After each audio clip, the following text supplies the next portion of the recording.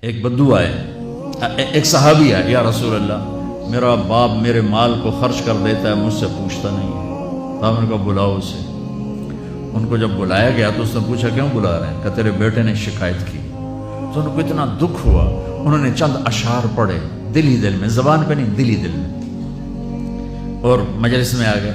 جب پہنچے دربار رسالت تو جبریل آئے ہوئے، یا رسول اللہ اللہ تعالیٰ کہہ رہے ہیں اس کا مسئلہ بعد میں سنیں، اس سے کہیں وہ شعر سنا جو تو نے بیٹے کے گلے میں کہے ہیں اور اب تیری زبان سے ادا نہیں ہوئے پر تیرے اللہ نے سنے۔